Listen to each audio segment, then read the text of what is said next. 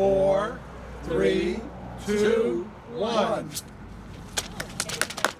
Hi folks, Supervisor George Homan, and we're here at Rockland Wellness Center, which is located at 35 Lake Road in Congers.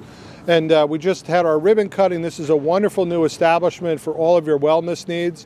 They have healthcare coaching, they have massage therapy, lymphatic drainage, aesthetician services, Botox, you name it.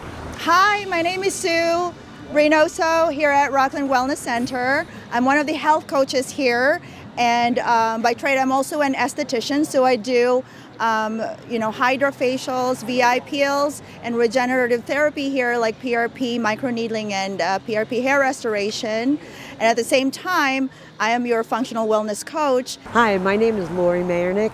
I am a massage therapist by trade, but I have an interest in lymphatic drainage. It's just something that enhances your body, enhances your immune system. It works for everything. It's something that people should always think about having done at least a few times a year. CMRA Community Affairs for Congressman Mike Lawler. We're here at 35 Lake Road in Congers for the grand opening and the ribbon cutting of Rockland Wellness. I just had a tour with Sue and Lori inside. Great services to offer.